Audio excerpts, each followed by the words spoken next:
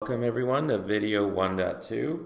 In this video we're going to show you what they call the life cycle of a project, which sounds really crazy, but it's actually really simple. So it's honestly just the simple fact of a customer that needs something and then they get in touch with a company, which is let's say a technology company, and they first talk to the manager of that IT department or that company or the owner of that company.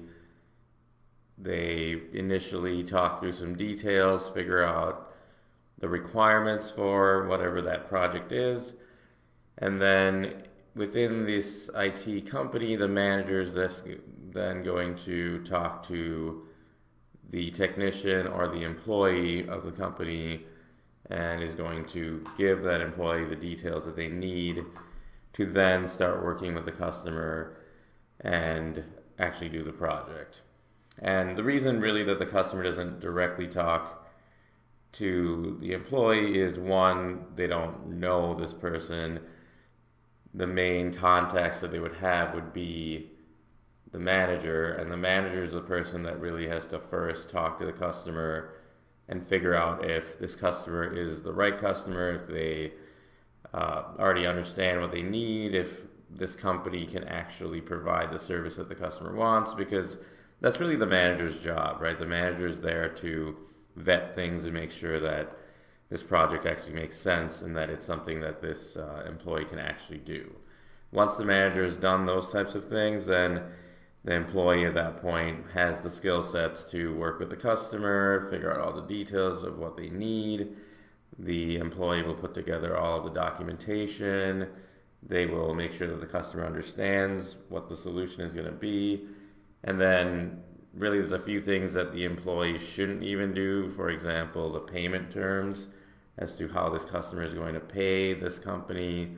So those are things where the employee is then going to engage the manager to say, hey, I need your help here because this is not something that I would normally do, so please talk to the customer and figure out how the payment's going to work out. And then once they have that, then of course the employee can continue doing all the work that's required by the customer.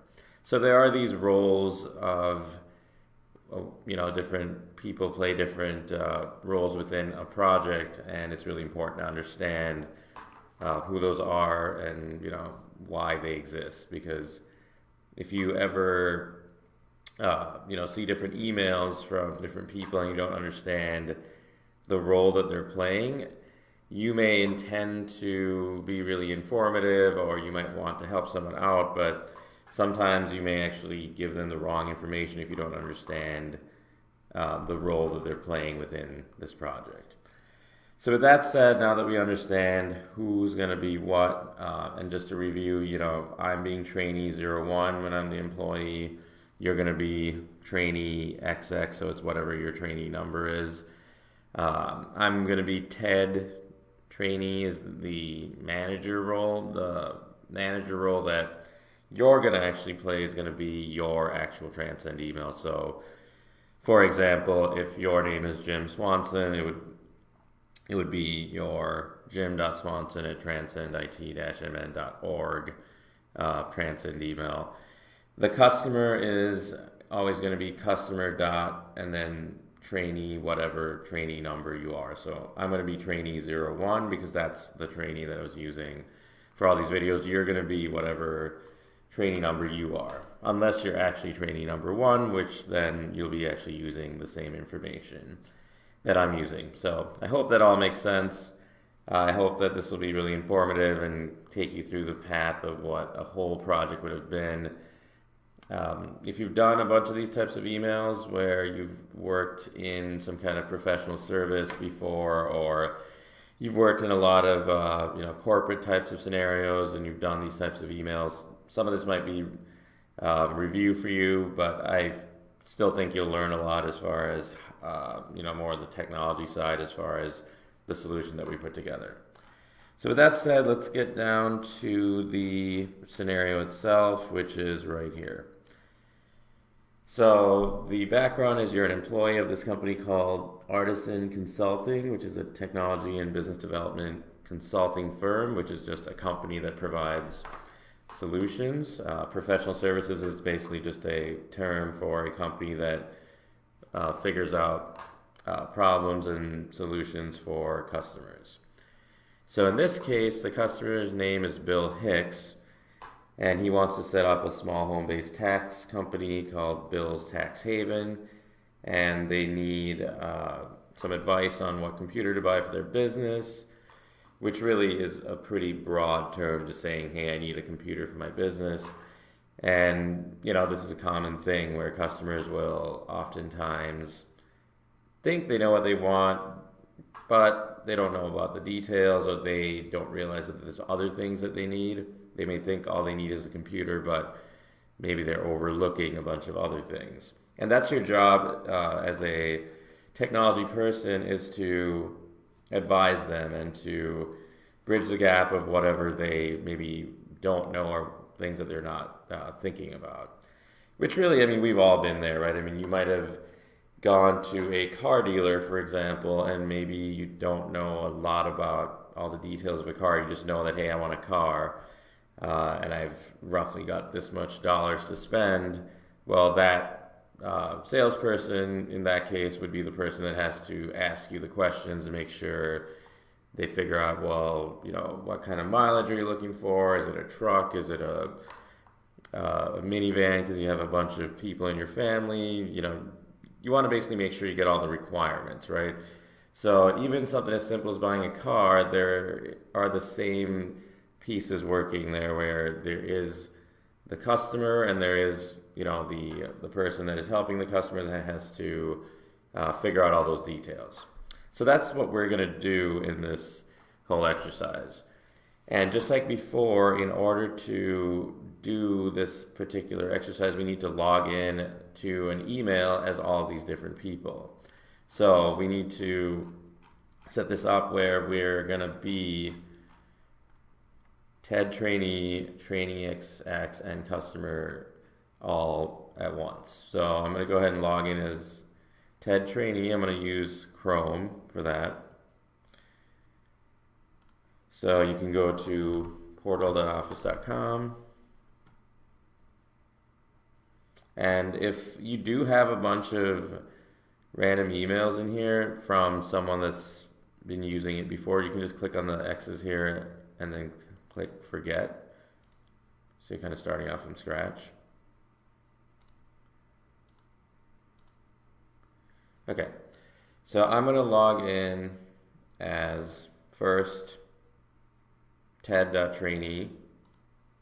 So TED.trainee at transcendit-mn.org. Next, I'm going to log in with my password.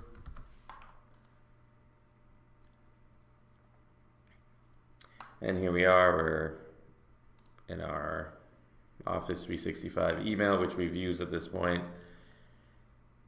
Just so you know, you can't just use the same browser to log in as someone else, because you can see the moment I typed portal.office.com, the browser thinks, well, I'm already logged in as TED.trainee, so it automatically opens up another window with or another tab that is already logged in as TED.trainee. So for that reason, we have to actually open up a different browser. So I'm going to use Firefox. And so in Firefox, I'm going to go to portal.office.com. And again, I'm going to forget the ones that are in here. And I'm going to log in now as trainee XX, which for me is trainee 01. So I'm going to log in as trainee 01 at transcendit-mn.org. Hit next. I'm going to put in my password.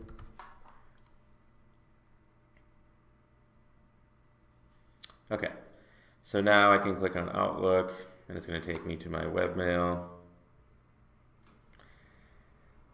So you can see that I'm actually logged in as trainee01 over here, and here I'm logged in as ted.trainee. So I've got two completely different email accounts open, but I still have my customer that I need to log in as. So that one we're using a different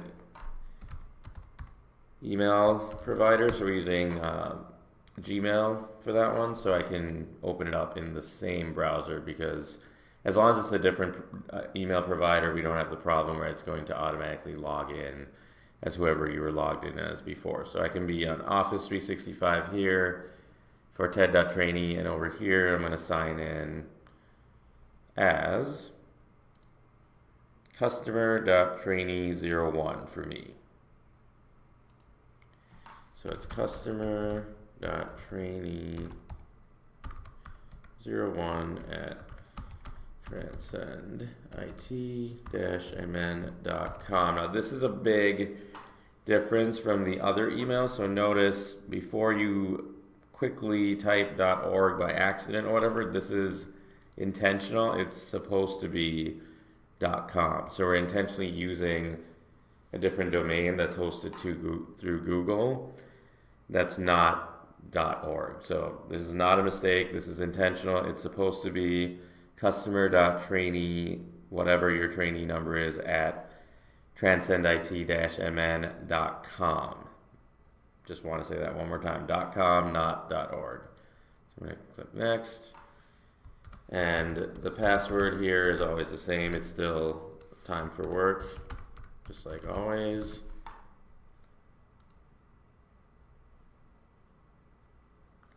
Okay, so now I'm logged in as that user. And you can hit save here if you want, because that way it'll be a little bit easier. Next time you log in, you don't have to keep on typing the same password in. So just to review, I really like to beat a horse dead and just keep on repeating stuff, but it's because I just want to make sure that everything's really easy to follow and simple. So I've got my ted.trainee, which goes back to the scenario, which is the manager, and that's going to be you. So whatever your name is, your actual name. And then in this scenario, you're going to also play the role of the employee that's going to be doing the work, right? The manager is going to be working with the customer initially to gather requirements, make sure that this customer isn't a crazy person and that it actually makes sense for them to work with your company, and that it's work that your company can actually do. And those are things that you should actually appreciate that your manager may be doing. So sometimes, and part of that is what I'm trying to accomplish here, is to have you understand like the bigger picture of what happens during a project, so that you have an appreciation and you understand that there are lots of people involved in a project. Even though you may only do a certain part of it, there's at least one customer, at least one manager that's involved with vetting what this customer wants, and then at least one person doing the implementation is what we're talking about, what you as the employee would be doing. So you're going to be playing all three roles. So with that said, we're basically going to just simulate an environment here. So I'm going to first be Bill Hicks, which is the customer, and I'm going to send an email to the manager, which is Ted Trainee, and I'm going to go through the normal process of engaging this company to fulfill whatever project that I want. So let's get started. So I'm going to go into this email, which is the customer, and I'm going to compose a new email, and I'm going to write it to ted.trainee at transcendit-mn.org. So I always like to just double check everything the first time I'm typing, because I haven't typed this email in here before, so I just want to make sure I don't have a typo. ted.trainee at transcendit-mn.org. The subject is new project. So if I'm a brand new customer or a what they call a prospective customer, because I'm not actually even a customer yet. I'm just a person that is asking, hey, can you help me out with something? So I'm going to say, Ted, I was referred to you by a colleague. And by the way, I'm just showing you that, typos happen. It's not a big deal. That's why spell check exists, right? I'm not a perfect speller, no big deal. You just have to use the tools. What you don't want to do is just see that, you mistype something and just be like, whatever, it's just this, red squiggly line, I'm going to ignore it. You don't want to do that. So you want to actually make sure you fix all the spelling errors. So I'm just kind of making stuff up here. So, typically a customer isn't going to just randomly email the manager. They're going to find out about the manager through a referral usually, or through some kind of marketing where they saw, your advertisement or whatever. So in this case, I'm going to say that a friend of Bill Hicks, Amanda Lynn, happened to refer Bill to our company so that we can hopefully help them out with this project. So I was referred to you by a colleague of mine, Amanda Lynn, who has worked with you in the past, period. She has great things to say about you and your company. Again, I have a typo, no big deal. Gotta fix that. And you always want to, just follow simple things like double spacing after a period. I am interested in getting a proposal to have your company, Artisan Consulting, build a PC for my business. Please let me know if this is something you can help me with. And we got some more spelling mistakes, but that's not a big deal. No one's perfect, right? So I just got to fix that. And boom, see, now it's perfect. Thanks, Bill Hicks. So there we go. So I'm sending an email to ted.trainee@transcendit-mn.org. Subject, new project. It just says, Ted, apparently Bill was friends with someone named Amanda Lynn, who has worked with this company, Artisan Consulting, and so therefore it was a referral, and Bill is now asking Ted Trainee if Ted can help him out with a project about building a PC for Bill's business. So there it goes. And of course you can click on your sent email to see that it was actually sent, which is the same in any email system, right? Inbox is always for email that arrived. Sent is to look at emails that you actually sent out. So what do you know? Now if I go to Ted's email, there is the email that came in. So if I'm Ted, I'm going to be kind of excited about this, because as the manager of this company, I'm always interested in developing new business and gaining new customers, right? That's part of my job usually.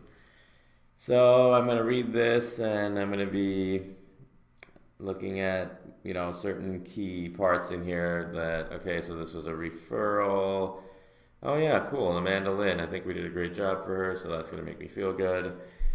She's had great things to say about us, great. So this person, Bill Hicks, just wants us to help him with building a PC. So I'm seeing some good things, but also just some things that are just sort of random, because like Bill is not giving me a lot of detail. So obviously I'm going to need to ask him a bunch more questions. I can't just randomly build him a PC, or I can't give him a quote. I don't even understand at this point the scope of what Bill wants, because all I know is he wants to build a PC for his business.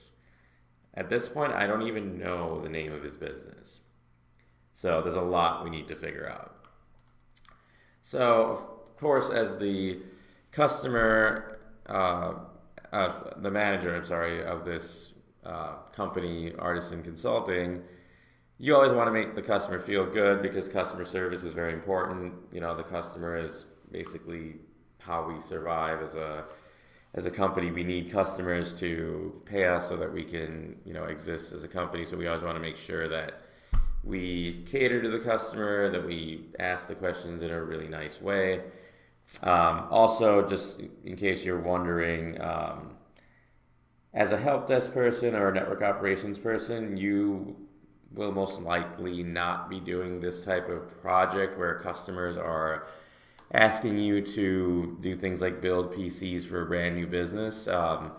This whole project, or this particular exercise, is to give you just a bunch of practice at communication with different types of customers, and get a lot of practice with writing really professional emails and thinking through problems and solutions. So it's honestly probably overkill for what you would need to do as a help desk person, but you know what, I'd rather be overkill and train you too much than not enough. So in case you're thinking this is weird, I thought help desk people don't do project work. You're right, they don't, but that's no big deal. I'd rather, have you know more than less. So there we go. So if I'm the manager, I'm going to be friendly and say, hi Bill, I'm glad you reached out to us. We can definitely help, but we do need to get more details so that we can build a solution that will meet all of your requirements. Again, you always want to right click and fix the spelling error. Of course, you don't want to pick retirements, because I meant requirements. And the reason I'm just typing this out is to just kind of show you some of those simple tools that you're going to use, like the spell check and whatnot, and just to show you the formatting, which, it may seem silly to you, but something as simple as just having it written like this versus this makes a big difference. Having that extra space. I know a lot of people will write emails like this where they just, have everything in like one big glob like that, where it's just a big bunch of text. It's kind of hard to read. So it's just little things like that that make a big difference on how you're perceived as a professional and someone in IT. You're expected to write well and communicate well. So I'm just kind of going overkill into some of these details. Even literally not having the greeting is bad if you just start writing like that, as far as not having the proper greeting in the email. So just little things like that, just pay attention to that. And for now, I just want you to literally mirror everything I'm doing. So when you're seeing this on your screen, you should pause and then write it on your other monitor. Because hopefully, if you're at this point, you've got the dual monitor set up where you can watch on one screen and do the work on the other. So we've basically said, we just need to get some more requirements. So I'm going to say I have some basic questions for you that can get us started. If you can take a few minutes and fill out this questionnaire. Whoops, Wow, made some spelling mistakes there, no big deal. You know, I'm just doing this on purpose to show you that no one's actually perfect and everyone makes mistakes. It's not because I really am a bad speller, it's just because I intentionally want to show you how to use the spell check tool. If you could take a few minutes and fill out the questionnaire, it would help us to figure out your requirements. Whoopsie, there we go.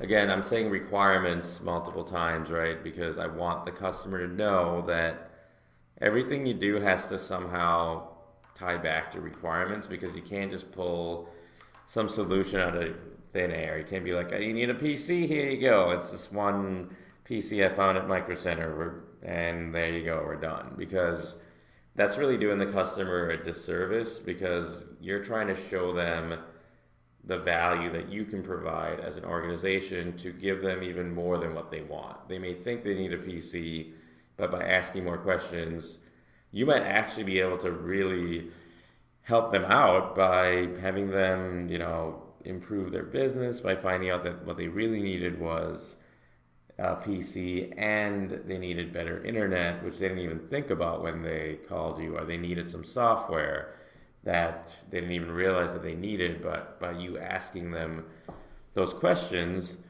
you're able to open up those doors for them. You're able to get them to think and utilize, technology to help them. So it's not that you're trying to, waste their time or just be long-winded. It's actually really important to ask questions and to think through things before you just provide a solution.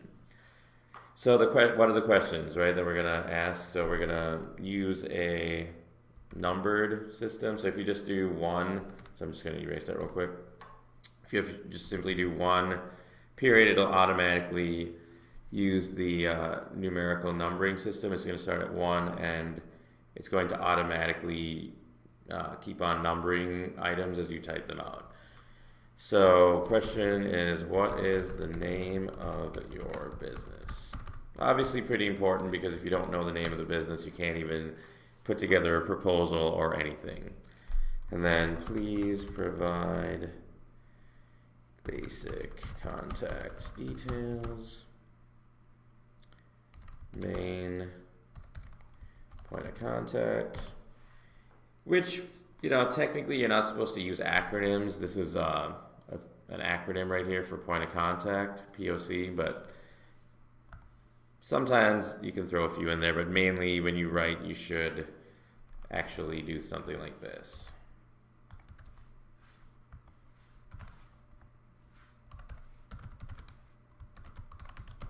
So you should always write the whole thing out and then in parentheses put in the acronym.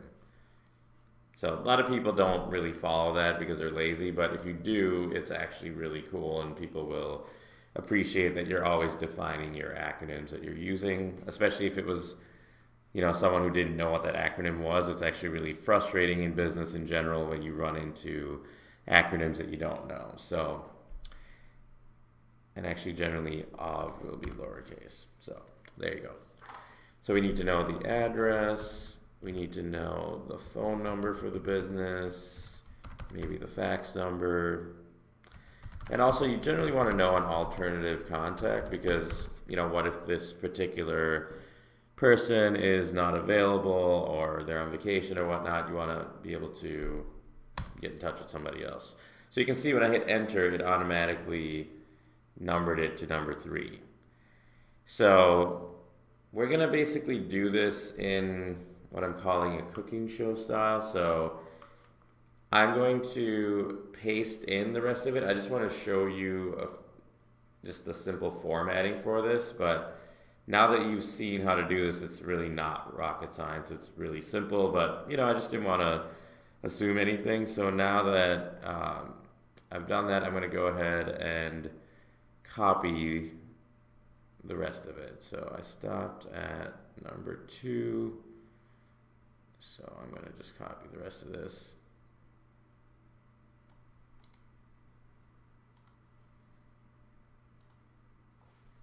And I'm going to paste it.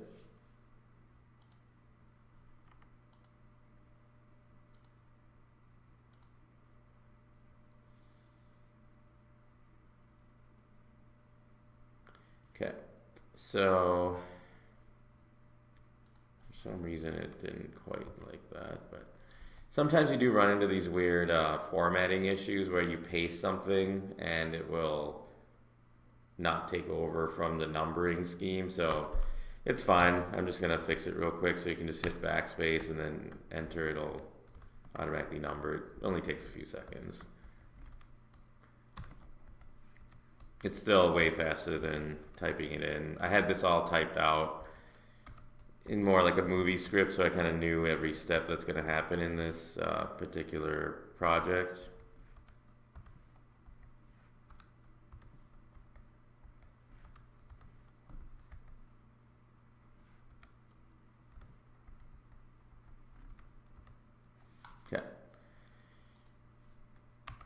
Okay, so I've got actually 18 questions, just like I have here.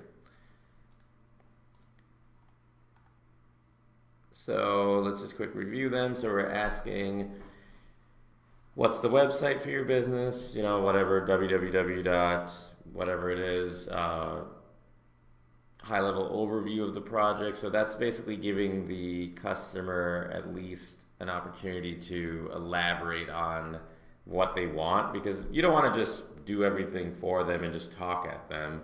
You want to give them the opportunity to sit back and read this email and maybe think of that. Maybe they didn't think to send you a high-level overview because oftentimes the customer just wants to get it over with, like, hey man, just build me a PC. But obviously you as a professional, you need to make sure you're following your due diligence and ask them the right questions. So that's all that is. It's just a high-level overview. Would be something along the lines of like, hey, you know, I've got this tax business. I'm looking to add a PC to my company that's going to host our tax software. I need it to also support printing. I need some Adobe software to make presentations, whatever it is, right? You want to give them an opportunity to write back a overview. And then, you know, you want to kind of ask them the whys, right? Like, why do you think you need this PC? Because you're just trying to get an idea as to what this is all about. And then you always want to ask, you know, if someone says, I need a PC, or I need, you know, a certain type of software, or I need just even something outside of IT, like I need a new car, or I need a new fridge, or whatever it is, right? The obvious question is like, well, do you have a fridge currently? You know, well, did it stop working? Is that why you're asking for a new fridge? Or do you somehow want two fridges because you want one upstairs and one downstairs, or whatever it is, right? Because you don't want to just blindly give them some random thing they're asking for without asking questions, because you might actually see that by asking them the question, they might actually need an entirely different solution. So really, like, we've all experienced something like this, right? Maybe you've gone to your tax person in the past and you've just said like, hey, I need you to file my taxes, and you just give them your W-2 or what have you. But, you know, maybe the tax person will ask you some extra questions and says, well, you know, before we file it, you know, did you have certain medical expenses, or did you have certain student loan debts or whatever that you can write off so you can get more back, right? That's the value that professional is providing for you. Is like, you think it's just something as simple as just like you hand them the W-2 and they just file it, but if they're good at their job, they're going to ask you questions that makes you think, or they will suggest things for you based on a few answers that you give them. So I know I'm overkilling this and I'm repeating myself, but it's intentional. I just want you to really see the value of some of these things that you know, may seem kind of overkill. Like, why are we asking all these questions and not just giving them the damn PC, right? It's because it's for a reason. You want to follow this process to make sure you're always asking a lot of questions. So the business driver is a common thing you'll see in business. So that's just literally saying like, the driver is basically the reason. So what's your business reason for this project? Like, why in the heck do you want a PC in the first place? This is really important. Funding being secured. That's literally saying, do you even have the money to pay for this, right? But you're just saying it in a more professional way, because saying, do you have the money to pay for this would be kind of unprofessional. So is funding secured for this project, or is this purely informational proposal? So informational would be, they don't even know if they 100% need it, or they don't even know if they can afford it. They just want to see some information. So it just depends, right? So you want to ask them. And then this is important. The sole decision maker is just saying, like, are they the only decision maker for this project, or do other people need to be involved to make the final decision? Some people would say to give their blessing. There's ways of phrasing that, but it's really important to know, right? If this person, Bill, is the owner of the company and they're the person that makes all the decisions, well, that's actually really nice, because all you have to do is convince him on the solution, and then you're good. But if it's Bill and also, let's say, Kathy, who is the CFO, and she needs to also know all the costs and everything, and she's going to help make the decision, well, then that's really important to know, because you got to make sure you talk to Kathy also. And then this is just kind of an extra question as far as what functions do you have in mind for this PC. Again, functions are basically what type of needs do you think you have for this PC, or what do you think you'll be doing with this PC? And then what type of software or applications do you plan on running? It's pretty obvious. You want to run Office or whatever. And then you want to also ask, is this something that's going to be used for business or personal? Because it's all part of kind of understanding what they're thinking with this whole project. And then, do you need any additional services like data backup? So that's literally, just the fact that if you have a PC, it stands to reason you should back up your data. You don't want to lose your hard drive or have your hard drive get damaged and lose all of your data, especially for a business. You might have, hundreds of thousands of dollars worth of data in there, and especially if you're a tax company and you lose all your customer records, that would be really bad. So you want to make sure that even if they're not thinking of data backup or a cloud backup service, by asking them the question, they may now actually start thinking about that. So that's really important. Let's see. So how critical is this device? That's an important question, because you want the customer to think, is this something that's just, like a random PC that they don't really care about? If it's broken, does it really even matter? So by asking them how critical it is, it's getting them to think of, wait a minute, am I really maybe even allocating enough funds for this project if it's really important? I never thought about if it's really important. I just wanted it, right? So you're just basically helping the customer to think at this point by asking these questions. Is redundancy required? That's important. Redundancy is simply just saying, if one thing breaks, can something else automatically step in and work? So for example, if it's a really, really important PC or server, you might want to have redundant hard drives, meaning you have two hard drives instead of one, so that if one hard drive was to fail, the other one would take over. So in technology, there's lots and lots of redundant types of configurations. Sometimes you might hear it referred to as high availability, or HA. So HA, redundant, they're all the same. Let's see, and then what would be the impact of the PC being unavailable or down for over an hour? And we're trying to explain why we even asked this, which is to get an idea of the impact. And so I'm not sure if that's intuitive for everyone, so I'm just going to explain it a little bit. So if you're putting together a solution, you don't want to make any assumptions as far as the impact. So depending on the type of business, the PC being down may be a huge deal, or it may not be a big deal at all. So let's say that this PC is at a coffee shop or a restaurant, and it's the PC that is running the point of sale system. So if it's down and it's the only PC, well, that business owner may say, you know what, that's actually a really big deal, because if the point of sale system is down, then my employees now have to manually take down all the orders and everything. It's hard to keep track of cash. They can't run credit card transactions, which slows them down. There's a lot of impacts to that PC being down. But, maybe for this tax business, if the PC's down for a little bit, maybe it's not a huge deal, because they can just talk to the customer and manually write down the information, or what have you. You never know. I mean, that's why you want to ask.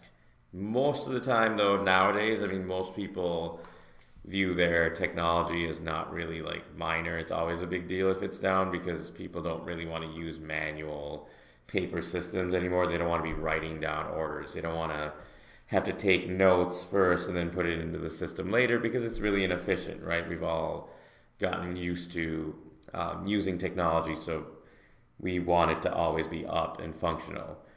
But notice the customer didn't mention any of this stuff in his initial email. So just conveniently didn't think through any of this stuff, just said, I want a PC. So think of all these questions that we've asked them without really knowing anything about them. These are just common questions that you'll really kind of ask about almost any project. And then, again, if the customer's asking you for a PC, you don't want to assume that that's all they need, right? Just because they didn't ask for other things doesn't mean that they don't need them. So it stands to reason, if you have a PC, you should probably have a monitor. Maybe you need a scanner, maybe you need a printer. So you just want to throw it out there, just to, at least suggest some common things that generally go along with a PC. And then, even though you suggested all this extra stuff, you also want to ask them, are there any other items you want to add to the scope? And then, of course, the budget. So I always like to ask this last, because you want to first, lead with functional requirements, which is, basically like, what do they need? Whoops, I had a typo here. Contact. You want to basically, lead with all their requirements, and at the very end, generally, you want to ask about the budget, because you don't want to seem like you're just like, how much money do you have, and I want to try and use all of it, right? So if you ask the budget right away, that seems kind of odd, like you're just trying to figure out how much money they have. So, but if you ask at the end, then it just seems that you're just a very thorough type of person. Not only did you ask all these really important questions up here, but you're also conscientious of the fact that there is a budget involved, and you want to make sure that you don't overbuild something, or go over budget. So I think I took about as long as you could possibly take to explain that. So I hope that this type of email was helpful to kind of think through all the questions that you would ask. So I'm going to go ahead and hit send, and it's off. So now I can go to my sent email, and I can see that there it is. So now I'm going to go back here.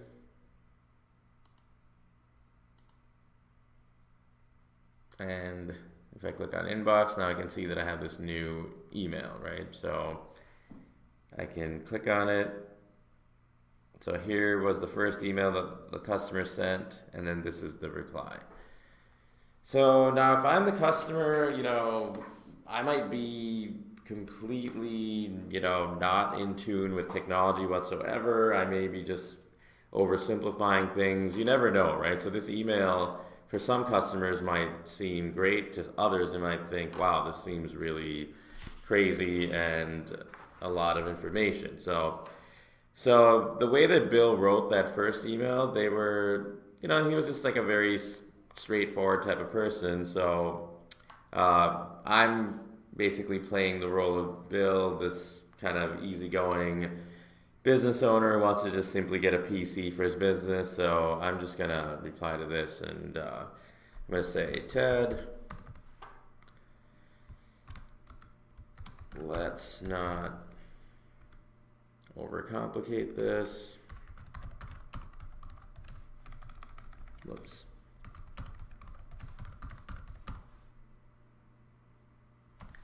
Too much. And now I'm going to do the rest of the email just by copy and pasting.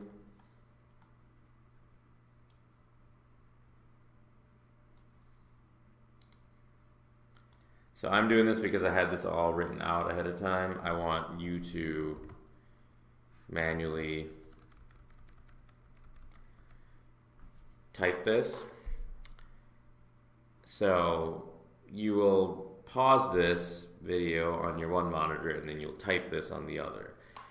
So I'm just replying back to Ted and saying, hey Ted, let's not overcomplicate this. I'm on vacation, I'm in the Bahamas, I'm just kicking it over here.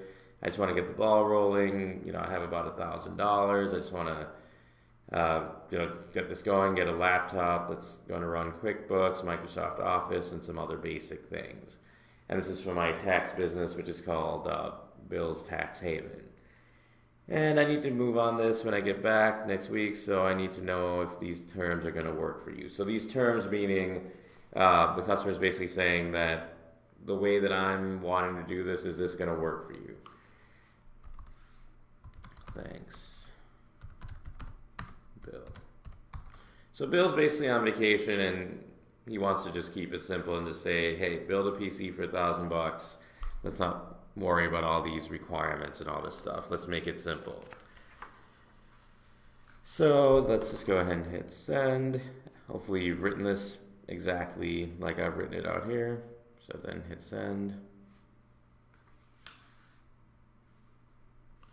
And so now if I go back to Ted, I can see that I have an email. And hopefully this isn't too weird as far as going back and forth between being the customer and being the manager. You're just playing roles, right? You're just getting experience as to how each person thinks and how they would write, so just go with it. It may be a little bit weird at first, but it'll make sense.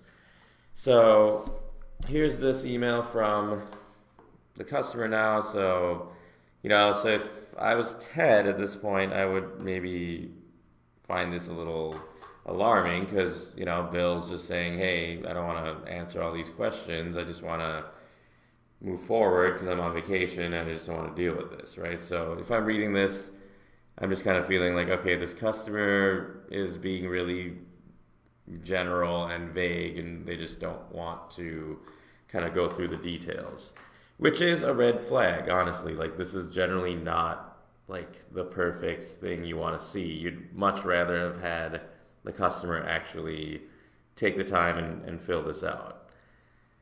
So, but you have to be really nice at the same time, right? Because ultimately we live in a customer service driven industry. You have to always treat the customer well and be polite, and the customer's always right. So we can't just call them out and say, like, really, Bill? Like, are you serious? Why aren't you answering the questions? You can't say things like that, right? So you have to be polite. So I'm going to give you an example of how, to be professional, but still kind of push back on Bill a little bit and say, you know what, Bill, I can't just ignore all these questions and build a PC for you just because you're sipping on, margaritas and you just want to, move forward and not do all the due diligence. I am a professional. I can't do that. I need to make sure that we follow this proper process, and I'm going to help you get there, so don't worry about it, right? That's kind of the attitude that I have.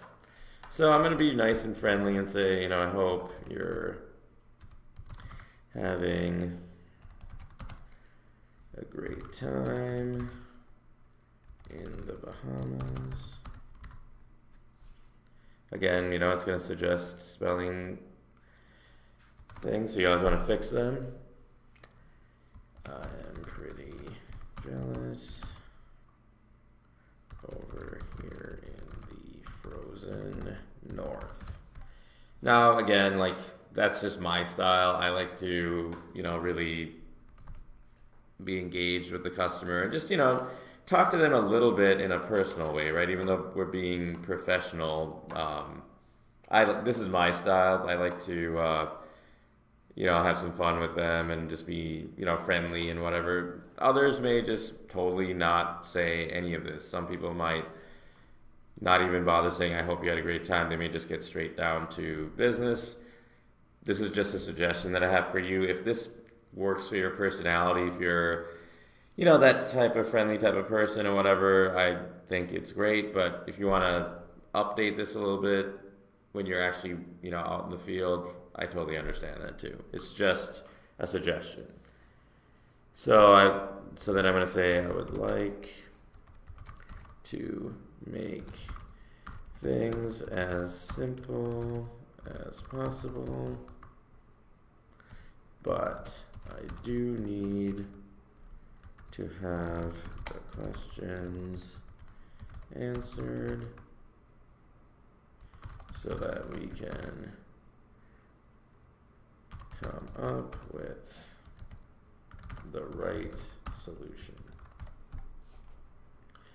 And I'm kind of picking and choosing certain things that I didn't paste the email in, just to give you some more examples of the fact that even though I've written, thousands and thousands of emails, I don't always spell everything perfectly. I don't always format everything perfectly. But the point is, when you make mistakes, you fix it, right?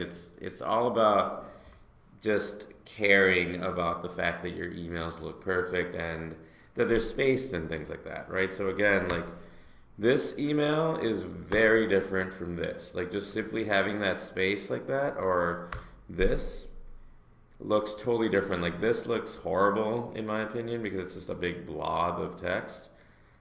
Something like this would look even worse. It's just hard to read, right? So why not just space it out and use paragraphs like this, right? It's just so much nicer. It looks so much more professional. So I'm just saying, hey, hope you had a great time. I'd like to make things as simple as possible, but I need to make sure these questions are answered so that we can come up with the right solution. We can simply wait until you get back in town and finalize the requirements. See, again, I typoed this requirements, but I'm going to fix it just like that. So, simple email, I just, this is called a pushback. This is a very polite type of pushback, right? So I'm just going to say, Bill, here you go, bud. I'm not going to accept that. I need you to actually work with me and answer these questions. Because keep in mind, if you try to be too nice and you don't actually push back on the customer and you just go with whatever they say, if that solution doesn't work, they're not going to be extra nice to you and say, like, you know what, I'm glad that you just went with whatever I was saying, you didn't push back, because they're going to be mad. They're going to say, well, why didn't you push back? They're going to actually want you to do your job, right? So if you had just built a PC that was terrible and didn't do what Bill wanted, he may not even want to pay you at the end, right? So sometimes this pushback that you do at this point is the most important thing you can do. But again, we still did it in a really professional way. So now, back over here, if I go back to the customer, I have my new email, right? So if I'm Bill, I'm going to say, oh boy, well, this Ted guy is really kind of a tough customer. They're not going to just go with whatever I want. I guess I can't just push him around. I need to apparently, do my job and actually answer his questions. So I'm going to sit here and think for a second, and I'm probably, going to see that, I am kind of being lazy, so I should really reply back to Ted and answer his questions, because really, there's no reason not to, right? I was just trying to get away with it, and just see what Ted was going to do, and Ted was a professional, and he wrote back in a very professional way saying, hey, guess what, we'll just wait till you're back, and we'll just handle it then. So I really have no way to push back as the customer at this point.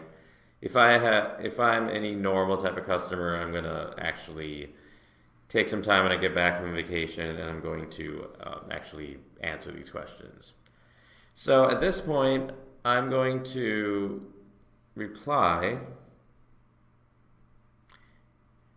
back to the email that had the initial questions, right? So in here, I'm going to see, okay, so this is the questions that I was trying to basically not answer. So I'm going to go ahead and say, okay, well, you know what, I'm just going to copy these. I'm going to, so if I just highlight all these, and you can either right click and copy, or you could hit Control C, depending on which way you want to do it. I'm going to go down to this email, I'm going to reply,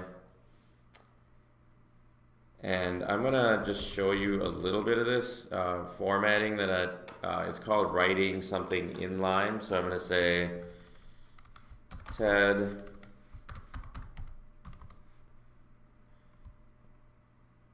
I understand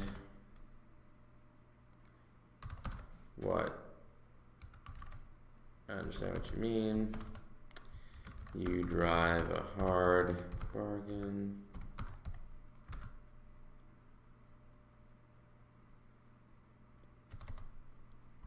I will answer the questions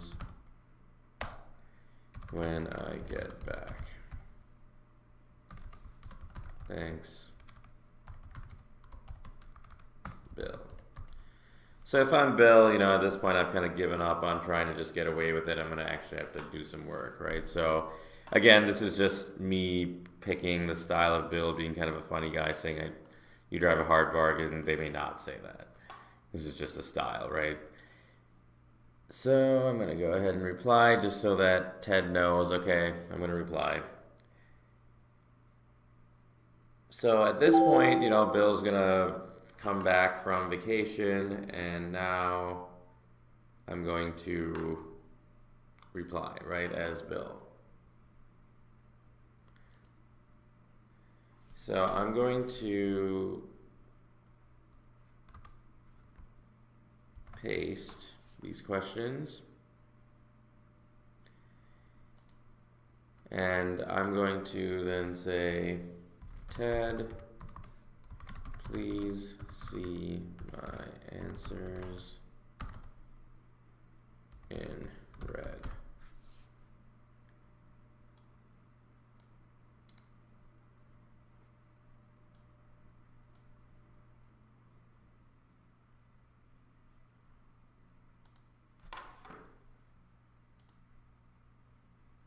And you can click on this little bar right here. If you ever use Gmail for any purposes, you can pick some basic things just like you can with Word. So I can change my text color, so I'm going to pick red. Whoops, I meant to do this. You have to highlight it and then do this. So you can see that you're saying that you're going to reply back in red. And actually, I picked the wrong thing. I picked the background color, but you actually really want to not do that. You want to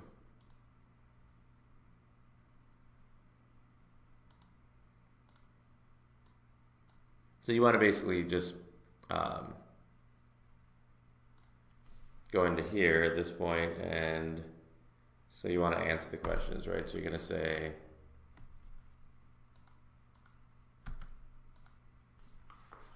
so what is the name of your business? You want to say Bill's Tax Haven.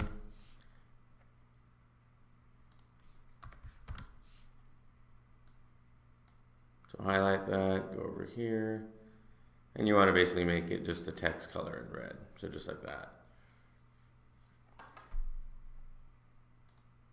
And go into here. And you can use these arrows to indent the items in. So like over here, I'm going to go and indent that in. It's just a little bit easier to read is all. So that like this answer was for that question. So, over here, I'm going to say, details. So Bill Hicks is the name of the person. Email is bill.hicks@gmail.com.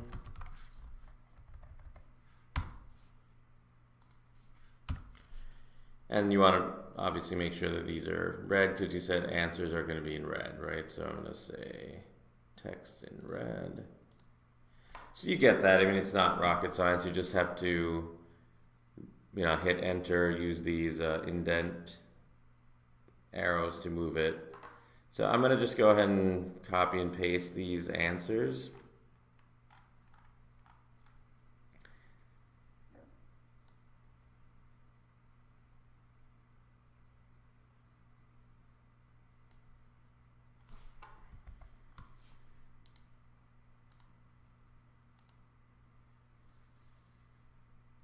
So I'm just going to highlight the whole thing and just overwrite it.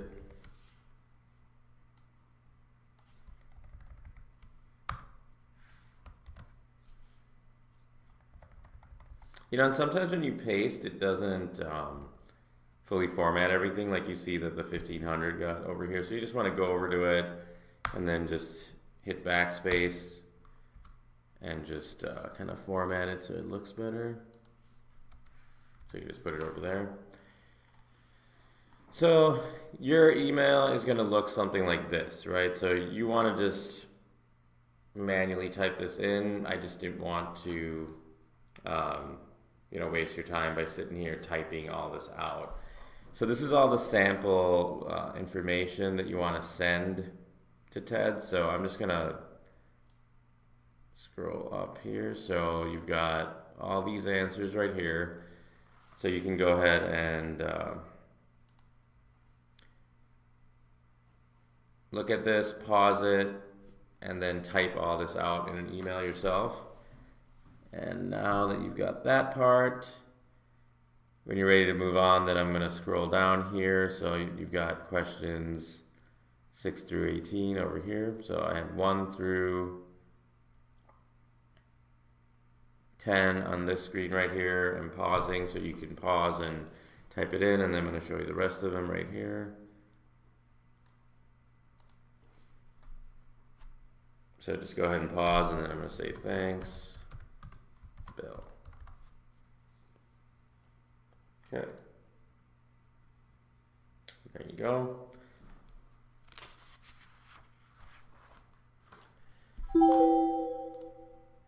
So now if I'm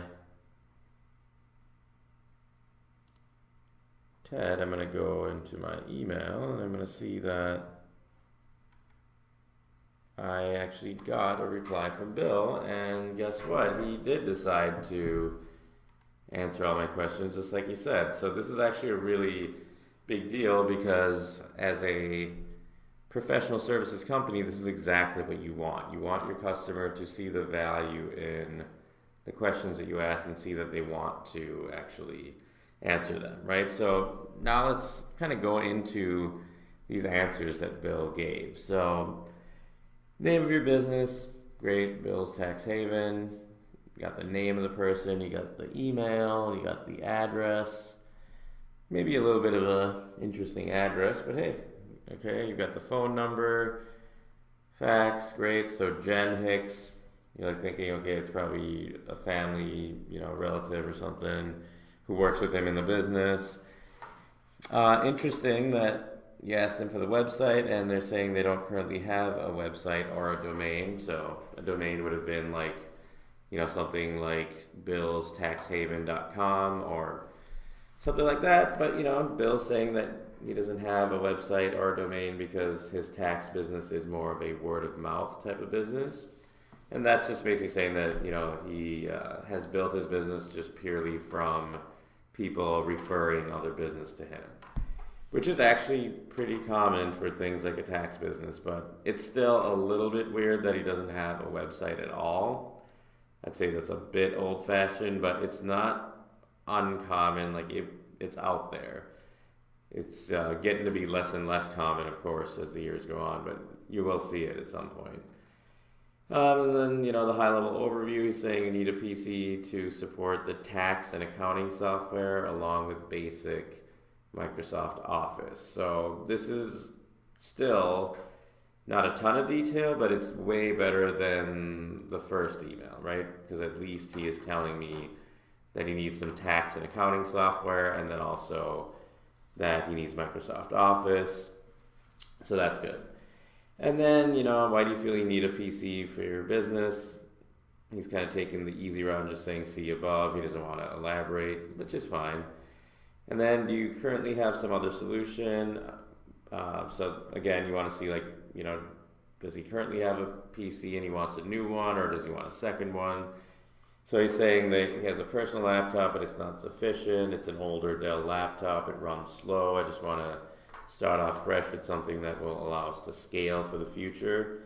So this is an important thing that he said, scaling is basically being able to grow, right? So he wants something that can scale or grow for the future.